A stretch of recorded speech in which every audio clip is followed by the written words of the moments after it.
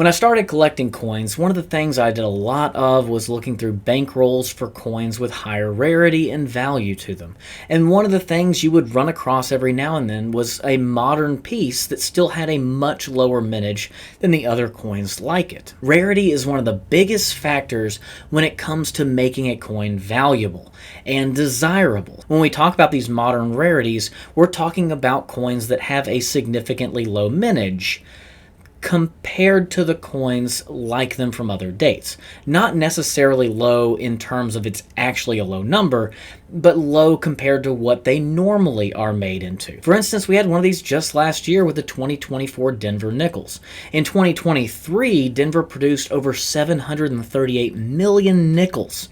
Just that one year. That's a lot of nickels. But in 2024, the Denver Mint only made 32.8 million nickels, which is significantly lower than that high number that they normally reach. And some collectors have taken notice of this. The current sales prices on eBay of 2024 Denver nickels and original bank-wrapped rolls that are not open, so 40 coins in the roll, have been going for between $120 and $135 at auction. Not just buy it now, at auction. And some sales of numerous rolls together have even averaged to about $100 a roll. We're talking about a $2 roll of nickels. So what's happening with these nickels? Are they really worth that kind of money? And what do modern rarity pieces do over time? Is it something that's really worth buying into now? Or is it something that you should kind of be a little more hesitant towards? Well, when I think of modern rarity, the three coins that come to mind for me were ones that I looked for pretty consistently when I searched a lot of quarters. I used to do a lot of variety hunting, and there are some great ones in the National Park series, some great double die reverses there. And the three coins I always plucked out, no matter what it was, were the 2012 Philadelphia and Denver Chaco Culture coins, which only had 22 million minted each, and the 2012 Acadia Philadelphia minted coins, which only had a mintage of 21,606,000. That is some pretty significant modern rarity. All of 2012 was significantly low. We had 25 million roughly each for the El Yunques. We had 24.8 million for the Denver minted Acadias. We had up into 78 million and 46 million for the Philadelphia and Denver respectively Hawaii Volcanoes National Parks. But then we jumped back up to over the 100 million mark with 166 and 135 million of the Denali's. In fact, apart from the Chickasaw National Parks quarters, every one of the 2010 and 2011 coin issues from Philadelphia and Denver all only had somewhere in the 30 million mintage range. I also remember looking for those nickels from 2009, where Denver only had 46.8 million made, and Philadelphia even went lower than that at a mere 39.84 million coins. We also saw in 2009 low dime mintage numbers at only 49 million from the Denver Mint, compared to the $500 million to $750 million coins the Philadelphia and Denver Mint were each cranking out in years around 2009. That really felt like an exceptionally low mintage, and people started trying to get them. So I and a lot of other coin roll hunters looked for those 6 coins, knowing that they were exceptionally low mintages. And how can I forget the 2019 and 2020 West Point quarters? I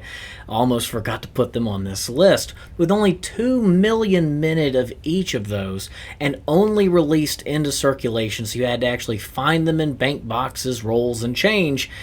Yeah, they were tough to get, and I got really lucky with a lot of nice bank boxes, and I happened to work at a grocery store at the time where I worked in the cash office as well. So those nights I was cracking rolls to put the coins in the till were very profitable when I was able to buy those West Points out at face value in nice condition. 2 million each of a coin released into circulation is like exceptionally low. That's very low in modern standards. If you wanted those for your set, you had to find them or buy them. But this is where I think it's important for us to look at how those coins have performed, as well as performance of some coins from a lot longer ago than that, to really see what the longevity of the pricing we're seeing surrounding the 2024 Denver nickels would actually potentially be. But when we look at the 2009 Philadelphia nickel, they had not only similar mintage numbers, but also there were people saving rolls and boxes of those coins just the same as they are now. Now, price history is a little bit hard to really narrow down here because there are some that sell low, some that sell high. Some people have paid buy it now prices, some people waited for auctions. But it seems like in 2010, these rolls were selling for like $25 for a 2009 Philadelphia roll. And in 2011, they seemed to move up to about $36 a roll. By 2016, it looks like they were pulling between $50 and $80 per roll. But all those seem to be buy it now prices as well, just basically looking at them. But recent numbers on these rolls have gone up.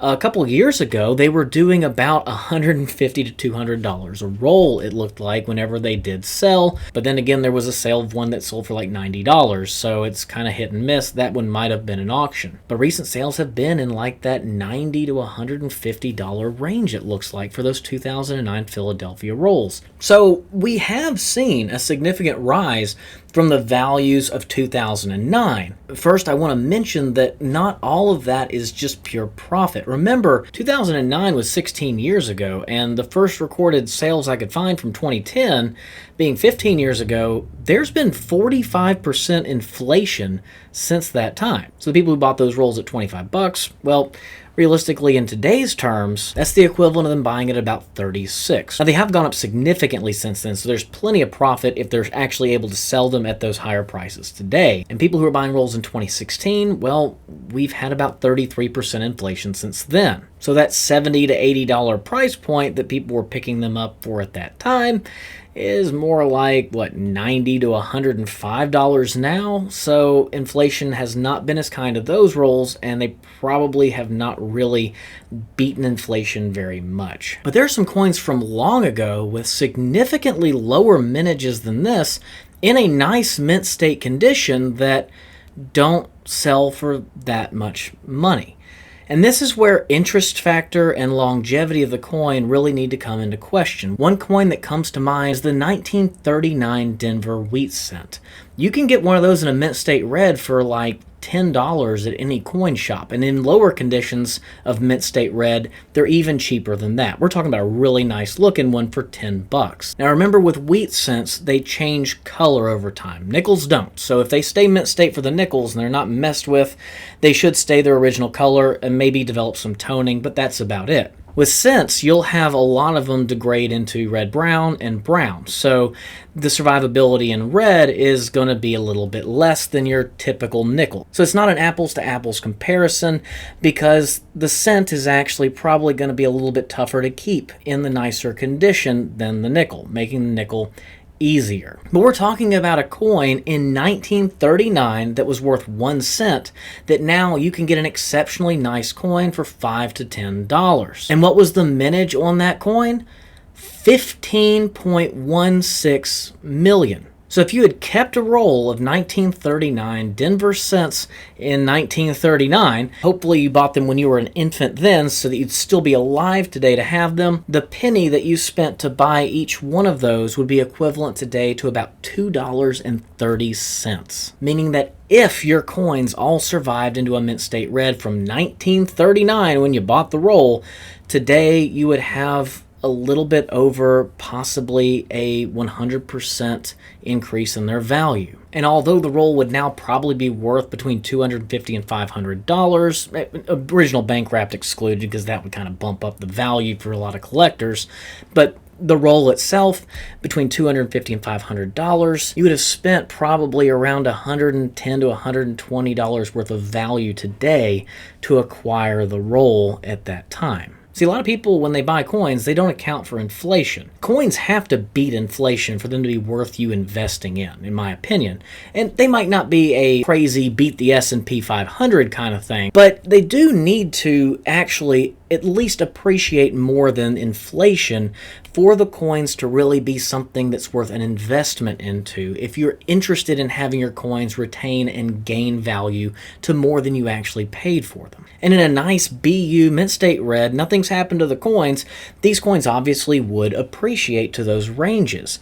Now if they fell into a red brown or a brown, you didn't do so hot. The coins would have lost you money, sadly. So making sure for the past 85 years that you stored your coins appropriately every single year so that they didn't develop spotting and turn brown in some capacity would have also been in the mix to make sure that those coins stay at a value where you could have doubled your money. But in 1939, if you had taken that money and invested it in the stock market, with the average increase, even adjusted for inflation, you still would have 13 times your money. If you were doing it strictly for an investment purpose, you would have been better to put it into a diversity of stocks back in 1939. And today, adjusted for inflation, you would have roughly 13 times the amount of buying power that you started with the purchase of that roll of cents. I haven't mentioned to you the other side of the 1939D.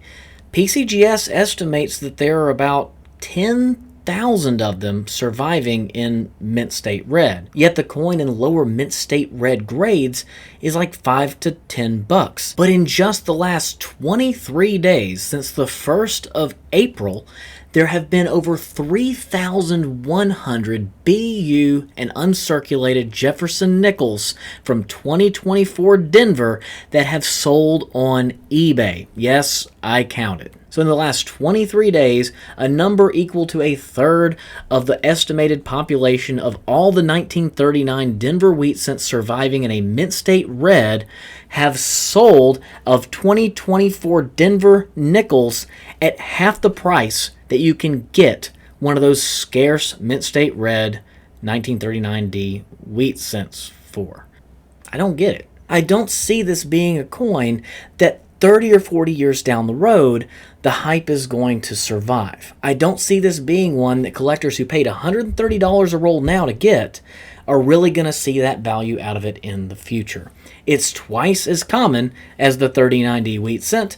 It's in a denomination where the collectability of it is pretty darn low because, let's just be real, Jefferson nickels don't do very strong on the market in historical Jefferson nickels, like older Jefferson nickels. And let's just do another quick comparison to the 1950 Denver Jefferson nickel as well. It's a coin that is significantly rare. It is the key date for the Jefferson nickel series at 2.63 million. That's really low mintage, especially when you compare it to the 2024 Denver. But how much does it sell for in uncirculated condition? Well, I'm probably going to sell the ones that I have in the shop at about like maybe $10 a piece for normal looking uncirculated coins. Because a nice unk realistically is like a $10 to $15 coin. And they're graded in like 65 5 full steps. It's like a $20 coin. 66 5 full steps, you're like a $40 coin. So you have a rare coin that you don't have to spend but a few dollars more to get. But it has much the same story. People knew the 1950 Denver was going to be rare. They knew it was a lower mintage, and so they kept it. That's why we have a coin with only 2 million and change minted, and it's so darn affordable because people knew about the rarity and they hold on to it. Kind of like today, where people know about the rarity and they're holding on to it. It's just that it's not really that rare. And I just happen to have a 1958 edition of the Red Book here handy. And guess what? In 1958, a 1950 Denver uncirculated Jefferson nickel was a whopping 90 cents retail value. So if we adjust that for inflation today, it comes out to $11.38. Meaning that coin has not gone up in value, even though it's the key date since 1958. Remember, people knew they were going to be rare. They kept them in rolls. They hoarded them, and they have them available to the point where of the 2 million and change that were made, PCGS estimates 1 million of them are still in mint state condition. In fact, let's play a quick game. 1946S, the year after they made the war nickels. They're finally back to nickel, right?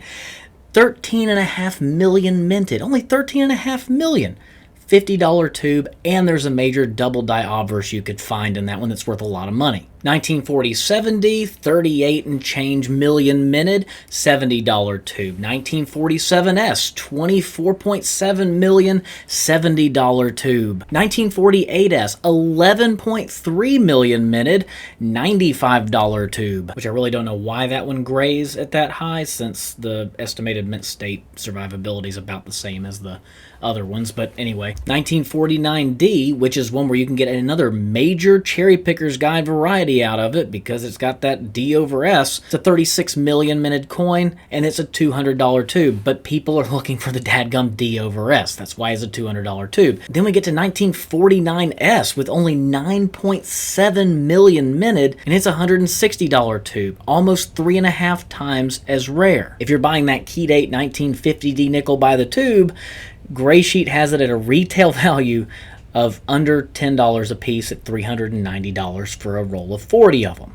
And oh, it gets worse. 1955 Philadelphia, 8.26 million minted. That's low.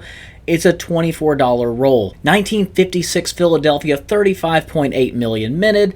It's an $8.75 roll. 1958 Philadelphia, 17.96 million minted. It's a $6.75 roll. And 1959, 28.397 million minted, $4.70 roll. It just doesn't make sense to me. I don't see this roll holding that value into the future. I just don't see it. If the nickels from the 50s and 40s can't hold up those numbers on full CPG retail values, then how on earth is a 2024 Denver, where we know it's rare now, we're hoarding the rolls, we're hoarding the coins, we're getting them all together, everyone that's uncirculated, everybody's trying to pull out of circulation, they're $130 now. How the heck is it going to be that or higher in the future? As for those national parks quarters, yeah, you can buy the whole set of national parks quarters for a little bit over face value practically at auction. So they're not doing so hot. And remember, the first 3 years, 2010, 2011, and 2012, have mintages, a lot of them between like 30 million and 39 million. Then you get into the 22 million to 24 million range for some of those ones in 2012. I mean, they're substantially low mintages. Full retail value on those rolls is $27 per Gray Sheet. Occasionally they will sell on eBay for like $25 a roll. And the only way they really pull any kind of strong money in a roll is if they're in one of the mint rolls. And once you put them in a tube, it's pretty much game over. How about those 2009 Philadelphia dime rolls? Well, one recently sold at auction for $50, and a couple of people have paid $75 to $100 as well to get one as buy it nows. So that one seems like it's doing pretty darn hot. A heck of a lot better than the national parks quarters. Those dimes are still selling at $1 to $2 a piece, even a whole roll of 50 of them. So that still seems kind of high to me, seeing as though most of the dimes, even from the 60s, have mintages of $500 million and up. That does seem like a really substantially low number comparably. And those West Point quarters from 2019 and 2020, well, I remember when I could sell them fresh out of bankrolls for like $20 and $25 a piece, easy, all day long. But now they've kind of dwindled down some. You can buy circulated examples for like $7 or $8. You can buy uncirculated examples of certain ones for like $12 to $15. The really nice ones still go up to that $20 range on some of them, and certain ones are tougher to get than others, but still, the prices have kind of stagnated. They haven't really moved much. In fact, they've come down a little bit from what I've experienced from when I used to sell them a lot. And we're talking about a coin that has 2 million minted that you can buy an uncirculated example for like a little bit over $10 versus another modern rarity that has 32 million minted that you're going to spend like over $2 a piece for. Now, don't get me wrong, this shows that there is an interest in modern rarity coins. So there's something we can learn from this. There is an interest that this particular coin is substantially lower mintage than everything else around it. I just don't quite understand why they're pulling the numbers that they are. The relative rarity of these coins to some solid coins from the past and comparing their values based on the scarcity just doesn't make sense to me. Now, that's pretty much the long way around of saying these things are crazy, insane high. But what does that actually mean for you as the buyer, the seller, the collector? What should you do with this? Well, if I was a buyer right now, I would do my best to try and find them in change, to go through coins and see if I can pluck out a 1924D. A couple bucks, who cares if you're just buying one coin, right? Sometimes they go online at auction for $2 to $2.50. If you just need one, it's a couple bucks, yeah, whatever. But if you're looking to get a full roll of these things, good night, they're expensive. I would try to build the roll slowly maybe, and just try to do that instead of really plopping that much money into a roll of nickels that I really don't know if it would potentially hold that value over time. I really highly doubt it personally. Now, on the other hand, if you're a seller or you're a bankroll collector, I would sell those things like they're going out of style. I would move them out as quickly as possible personally, because good night, they're going for stupid money right now. Take the profit. If I were a bankroll collector who had a whole box of these things right now, I would keep one just to have one, and I would sell the other ones because at $130 a piece, that's $6,370 for the other 49 rolls. If I were a coin roll searcher, I'd be plucking out every single one I find. I would separate them between circulated and uncirculated, because the circulated ones are still doing like 30 to 40 bucks a roll, absolutely crazy, and the uncirculated ones we've covered. Good night, you do fantastic. Just eventually get a full tube of them and move it on its way. But regardless of whether you're a potential buyer for these for a collection, or maybe you want to invest into something with some rarity and you see this as a rare item that could go up in the future, or you're a seller or a bankroll searcher and you want to move some of these out or have some on hand that you could sell, I just want to mention there's not really a historical precedent for this looking at coins from the past. There's also just not a historical precedent for that high mintage of coin to really pull a demand from collectors over time, because you have to have enough people wanting that many coins, and unless they're wanting full rolls of them in the future and those rolls start getting broken up into individual coins getting sold, you know, that demand could fall off. It might not hold. Modern low mintage coins are not really low mintage. They're just comparably low mintage. They're just relatively low mintage, and that's a big difference. And when they're known to be rare and they're held out and they're ones that people are going to hold on to so that they don't spend them, so that they make sure they keep them in nice uncirculated condition, is gonna hurt it. And I know that the 2009s at least had a lot more circulation, so there are fewer of those that are held, and maybe that's going to be the case with the 2024 Denvers as well. Maybe it was realized late enough that there will be fewer of them, but there still look like there are a heck of a lot of them out there. And maybe I'm missing something here, but with almost 3,200 of these being sold on eBay in the last 23 days in uncirculated condition between rolls and individual coins, it looks like there's a lot of them out there. That's just a small sampling. That's not even what's available on eBay. That's just what's sold. If this video helped you out in thinking about modern lower mintage coins, and possibly even just the 2024D nickel that everybody's been talking about being such a low mintage coin, I would greatly appreciate a like. Also, if you want to see more numismatic content where I talk about rarity in coins, value in coins, and tons of other great stuff like that, be sure to hit the subscribe and notifications buttons below so you'll be notified when I post new content. Thanks for watching the video, and good luck finding those 2024 Denver nickels.